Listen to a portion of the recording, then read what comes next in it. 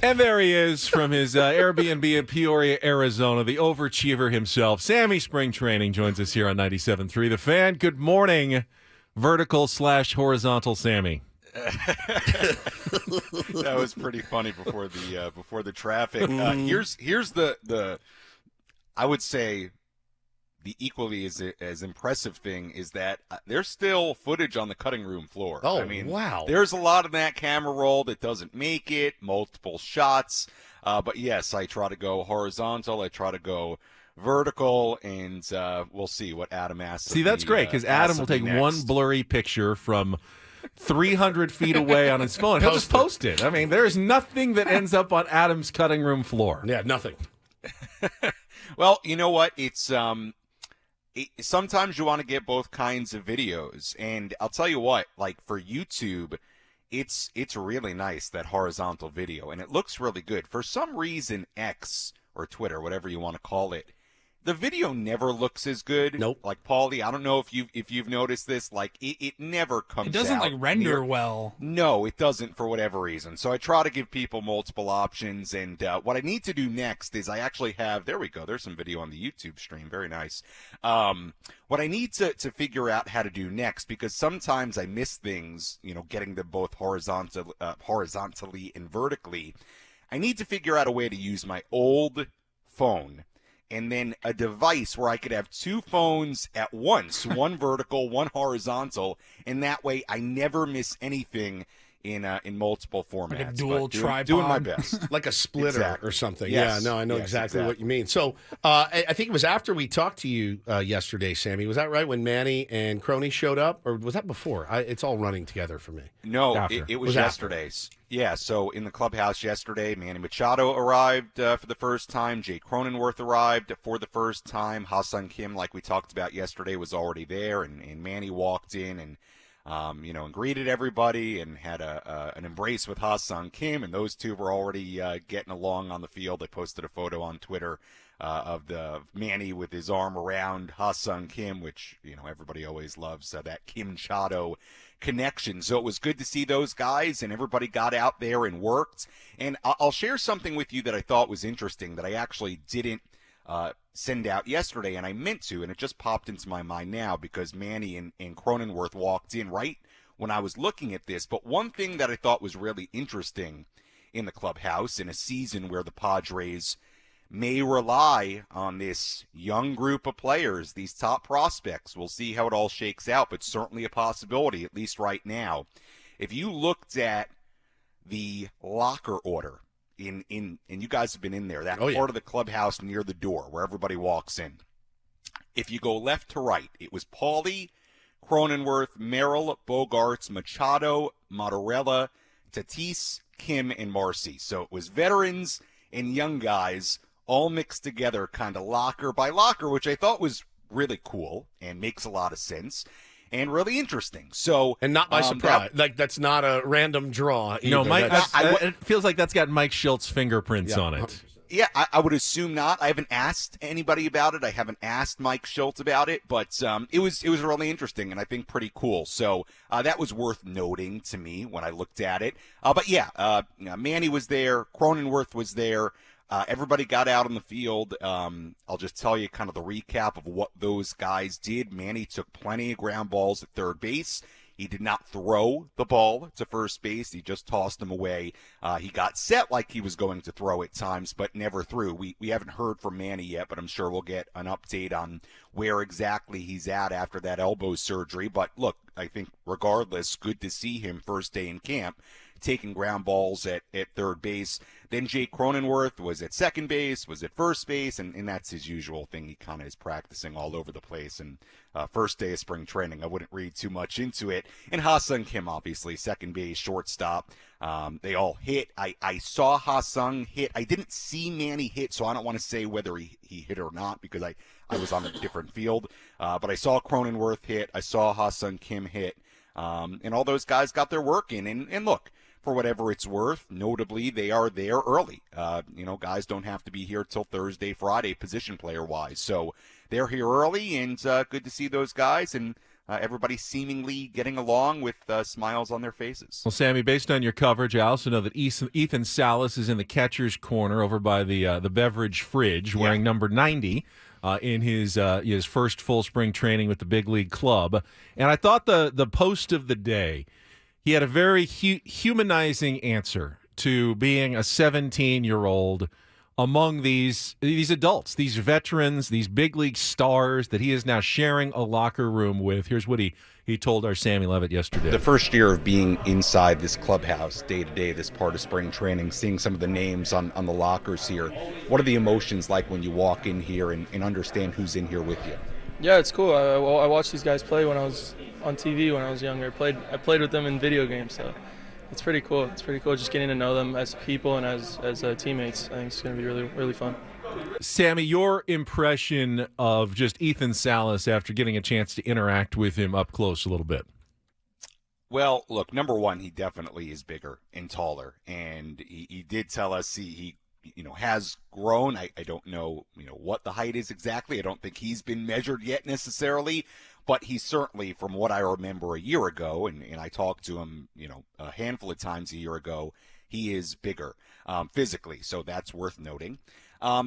Look, he is exactly the same as the first time I talked to him inside the Padres clubhouse after he was signed. He does not seem 16, 17 years old. There is a clear maturity to Ethan Salas. He doesn't seem fazed by really any of this, by the hype, by being in the clubhouse with guys like Manny Machado and later on Fernando Tatis Jr., Xander Bogaerts, list goes on. And he doesn't seem fazed by the challenges he's been given. For example, last year being, kind of rushed up to Double-A and all the different things he went through and what he could do this year. You just come away really impressed. It just doesn't seem like he's fazed by any of it. And quite frankly, when you hear him speak, and I think you guys get this sense, he already has sort of the veteran athlete speak down. Yeah. I mean, he really does. So, look, we've heard all the things about him, wise beyond his years, and obviously a tremendous amount of talent to go along with that. But he just does not seem fazed by any of it. And quite frankly, even beyond the clubhouse, I mean, you watch him work with the other catchers, and right now he's out there with Kyle Higashioka and Luis Campusano and Chandler Siegel and Kevin Plawecki. And my goodness, those catchers, I think they're the hardest working guys at spring training because they got to catch bullpens, they do their own fielding drills, and they got to hit too. But he's out there working with them, and certainly from everything I've seen, holding his own. I talked about the swing yesterday, how smooth that looks. So, look, everything you can see, the way he's working with guys and the way he presents himself when you talk to him and the way he's in that clubhouse, you have to be really impressed. It just does not seem like a 17-year-old. And that's like the thing that just boggles the mind. He's 17. But when you're up close with him, you don't get that sense at all. He's really, really impressive. Talking to Sammy Spring Training here on Ben and Woods this morning, and Sammy, one thing we know what we can count on from you out at Spring Training. One thing you can count on from me out there is I'm going to come back in a couple of weeks. I'm going to sell everybody on Mike Schilt because every time we go out to Spring Training, I end up falling madly in love with the managers. I just love how to watch. I loved watching our fourth manager. Yeah, out there. You're right. I loved watching Jace Tingler run a practice. I came back. I was like, this guy may be the second coming. He's the best. It's the best, most entertaining, upbeat practice I've ever seen. Loved watching Bob Melvin work the practice field as well. Your impressions of our new skipper Mike Schilt and him getting his hands dirty with the guys?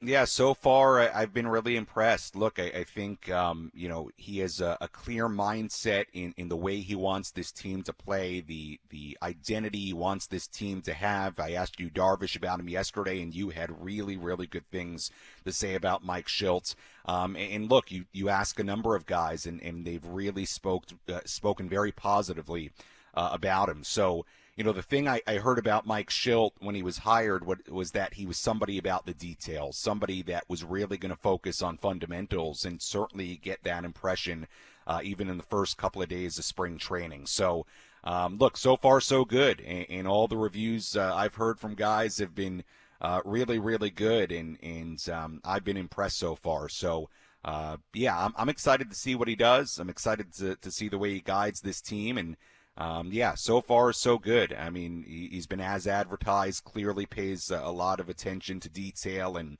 fundamentals and wants this team to, really find that identity early on and have a good work ethic and all of it, which I'm sure every manager wants. Sure. But I think with Mike Schilt, it's pretty evident, and when you have different players talk about him, so far so good. Talking to Sammy Spring Training, joining us from Peoria, day 2 of spring training. A little wrap up here, and I gave you the homework assignment. I definitely saw some Luis Campusano video that you posted. Yeah. Did you get a chance to talk to him? No, I didn't talk to him. I didn't talk to him yesterday. I did talk to Mike Schilt about him, and Mike Schilt used the word intentional when talking about Luis Campusano a couple of times in his work ethic and what he's done. And one of the things that was really interesting that Mike Schilt talked about in regards to Luis was the way he's worked with some of the new faces on this pitching staff, and kind of the emphasis he's put on that, which is tremendous to hear. So it seems like Mike Schilt is happy with where he's at, his progress, the way he continues to work with pitchers, and hopefully I'll get a chance to talk to Luis in the next couple of days. And look, I think just in a general sense, when you talk about Luis Campusano, number one, it's a tremendous opportunity for him to be a starting catcher. And we can talk about defense and working with pitchers and all these different things, very important things that go into being a starting catcher and catching an entire staff.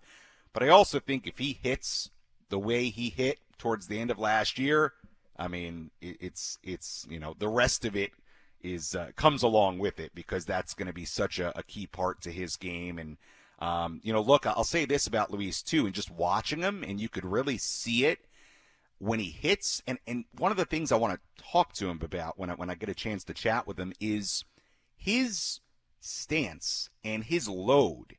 I mean, we didn't talk about it a ton last year, but that's one of the more unique loads and stances that you'll see in Major League Baseball right now. The way he, sort of starts open and then contorts in that big leg kick. So to me, and I'm no hitting expert, but it looks maybe even more exaggerated in spring training right now. That's what you do. I don't know if that's just. I don't know if.